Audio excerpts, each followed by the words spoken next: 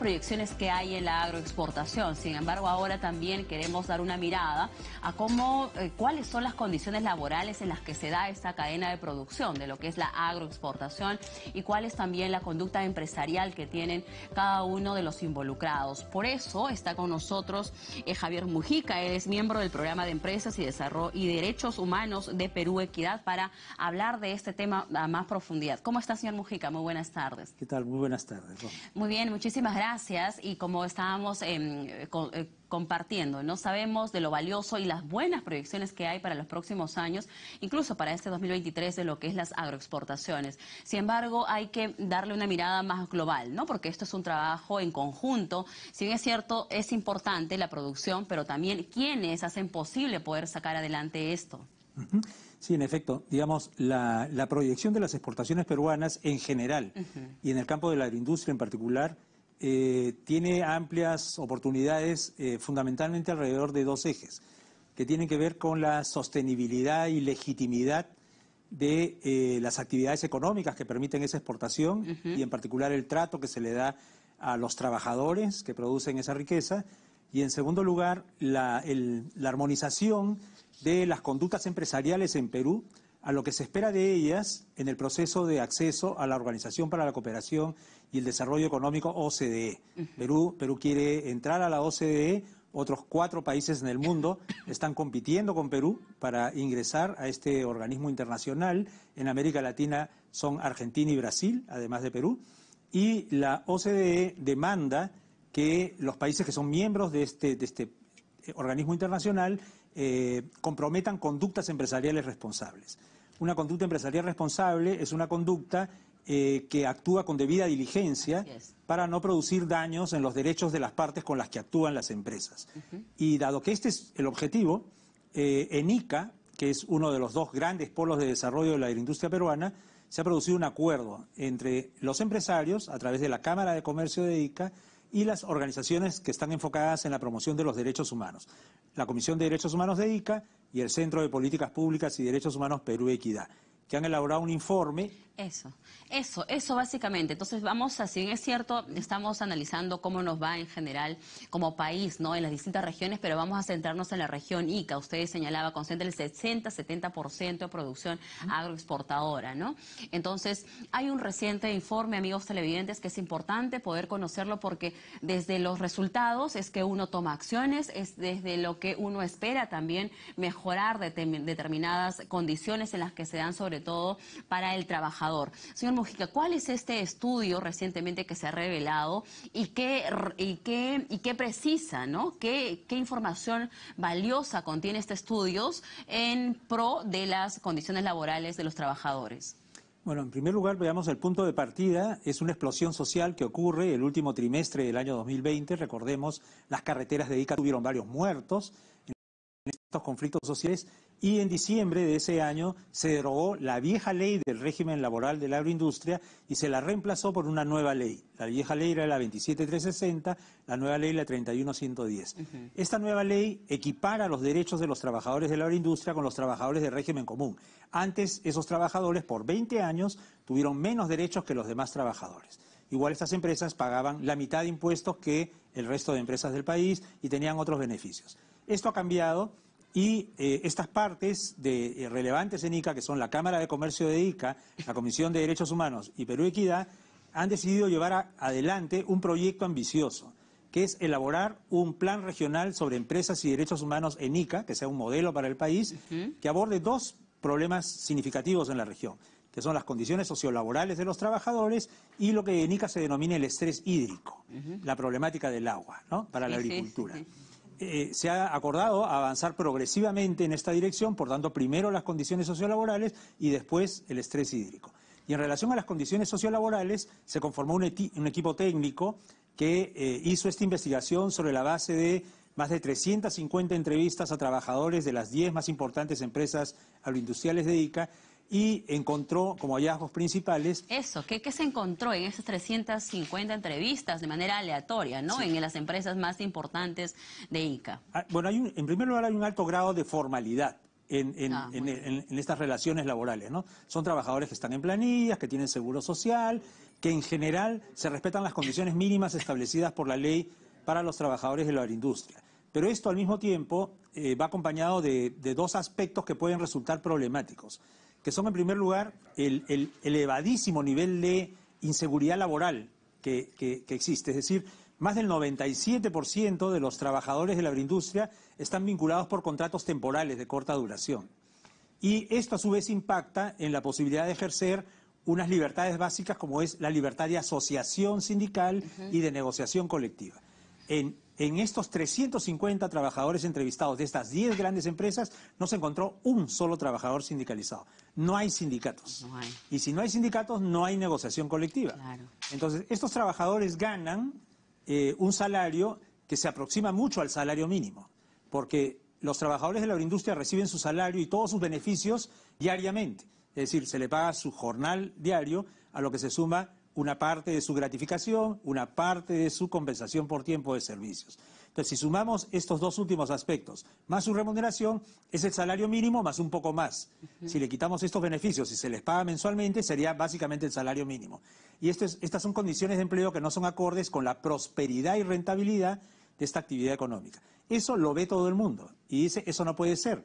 ¿Cómo es posible que no existan sindicatos ni negociación colectiva en este sector? Claro. Por eso se hace este estudio para construir una línea base que nos permita dirigirnos a través del diálogo social a una solución de esta problemática para promover las exportaciones peruanas como exportaciones basadas en una conducta empresarial responsable, en la debida diligencia que reclama la OCDE y el respeto de todos los derechos de los trabajadores, incluyendo sus derechos colectivos, que son el derecho de asociación sindical y de negociación colectiva. Muy bien. Hace un momento cuando usted mencionaba de que hay esta inestabilidad en el trabajo, ¿eso por qué sea?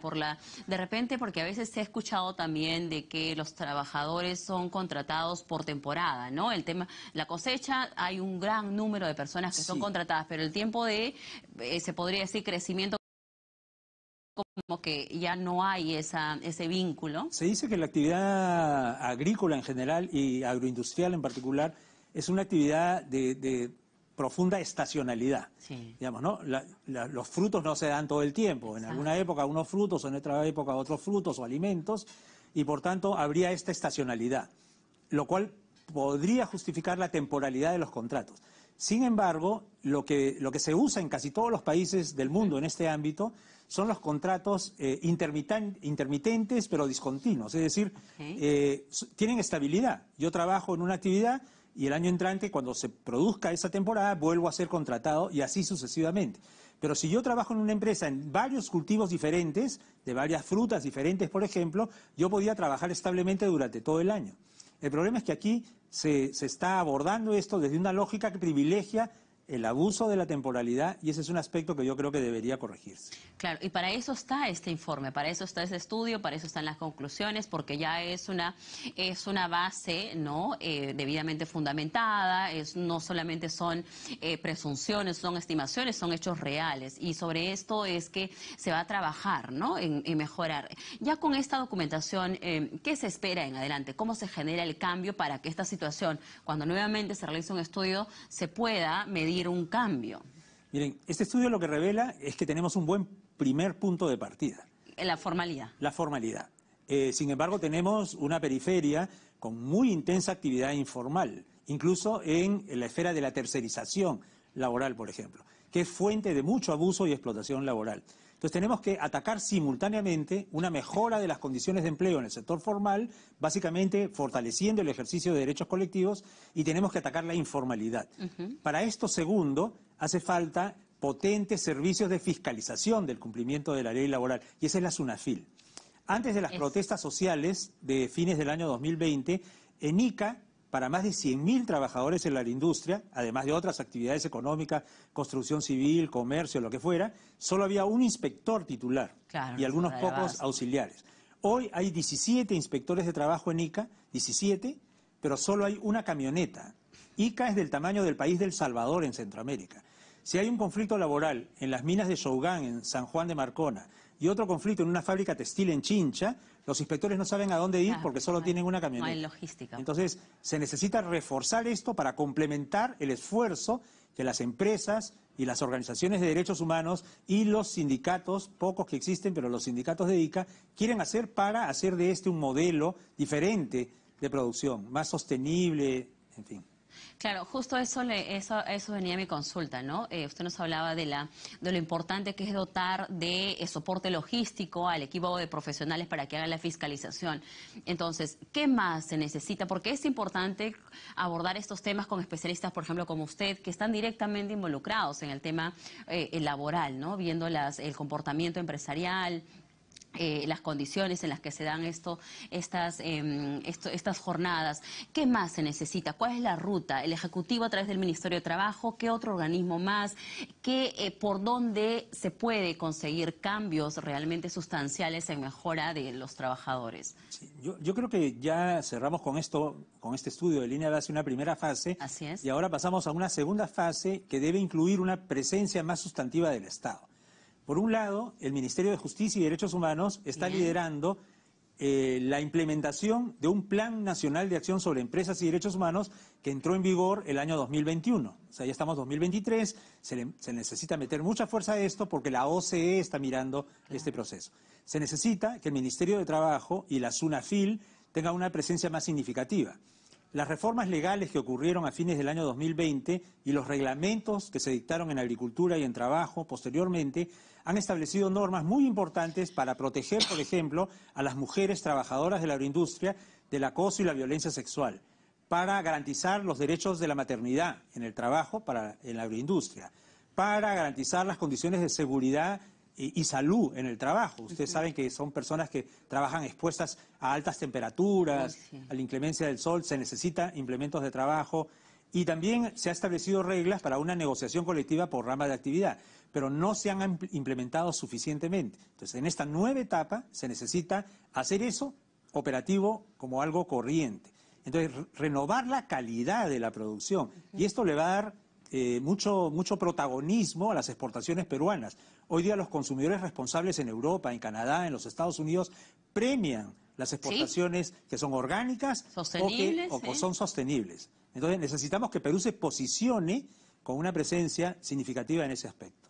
Claro, porque finalmente eso se traduce en números, ¿no? Hay una estimación, 12.000 millones de dólares en exportación, sin embargo, como usted bien señala, Europa sobre todo, pues premia, privilegia, prefiere, ¿no? O le da mayor relevancia a las empresas o los países que tienen prácticas más ecoamigables, más sostenibles, con estas líneas de las buenas prácticas también en condiciones laborales y todo ello. Además, como nosotros como país aspirante a la OCDE, ¿no? Entonces, si estamos realmente, si queremos cumplir esto, pues hay que darle una mejora. Ahora, rápidamente también, ¿cómo usted ha notado un poco la posición también desde el Ministerio de Justicia, el Ministerio de Trabajo, en actuar prontamente? Porque si bien es cierto, se están haciendo algunas cosas, pero podrían ser de repente mucho más céleres, ¿no? ¿Cuál es estamos en una nueva gestión? ¿Cómo nota usted esta mirada desde el Ejecutivo a poder abordar estos temas? A mí me parece que hay una voluntad de darle continuidad a esto como una política de Estado. Eso es importante, es fundamental. No es que cada nueva administración inventa la pólvora y partimos de cero. Claro. Entonces, el Ministerio de Justicia y el Ministerio de Trabajo tienen que darle continuidad a lo que ya venía de antes. Lo que ya venía de antes es hacer del modelo de ICA un modelo replicable en otras regiones del país. Se había hablado de 4 regiones más, pero hay que caminar pausadamente, no se puede hacer las cosas a la loca, ¿no? Y creo que hay que caminar en esa dirección. Lo segundo es que los gremios empresariales tienen que acompañar esto. La CONFIEP acaba de renovar su dirección hace relativamente poco tiempo. En ICA han creado un comité de empresas y derechos humanos, lo cual me parece fantástico. Y me parece que esto habla de una nueva manera de mirar las cosas que necesita ser profundizada. Y ahí Estado, sociedad civil y empresas y trabajadores tienen un rol importante que desempeñar. Muy bien, que sigan así, señor Mujica, que cada una de los planteamientos que usted ha compartido con nosotros pues se puedan materializar, que puedan ser escuchados también por los entes competentes, el Ministerio de Justicia, el Ministerio de Trabajo y todos los organismos competentes, también desde la mirada del sector empresarial, ¿no? Para que se mejore cada vez más las condiciones laborales y las conductas también empresariales en torno a ello. Le agradecemos mucho por compartir los resultados de este informe y estamos gustosos de volver a conversar con usted para que nos diga si está avanzando, este es el camino que estamos siguiendo y cada vez estamos superando algunos impases. Muchísimas gracias, señor Mujica. Gracias. Muy bien, ha estado con nosotros, o es el señor Javier Mujica, miembro del programa